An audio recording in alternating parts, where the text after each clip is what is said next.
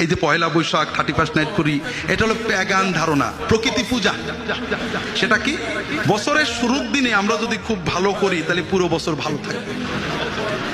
আমরা এখন বলি আমাদের বিশ্ববিদ্যালয়ে ছেলেরা লেখে বিজ্ঞান ভিত্তিক শিক্ষা চাই, তো ভালো কথা, লেখা হলো ইসলামী লাগবে না এই জন্য লেখে। তাছাড়া বলেন তো, আমরা যখন বলি এসো হে বৈশাখ এসো এসো এসো, এটা তো বিজ্ঞান ভিত্তিক। বৈশাখ তো শুনে, বৈশাখ শুনে কি উদ্ভট! সেই বর্বর যুগের বর্বর প্যাগানিজম আমরা ডেকে আনিছি, বৈশাখকে ডাকছি এসো হে বৈশাখ এসো হে বৈশাখ। তার আগে ছিল, আমাদের দেশেও ছিল, বৃষ্টি না হলে গায়ে কাদা মাদা মাখতে, জানেন আপনারা? এটা হলো প্রকৃতি পূজা, অর্থাৎ আমরা কাদা মাখছি, আসমান হয়তো আমাদের কাদা দিকে একটু বৃষ্টি দিয়ে দেবে। কথা বোঝেননি? পয়লা বৈশাখে ঢোল বাজাচ্ছি, তাহলে সারা বছর বোধহয় ঢোল বাজানো হবে।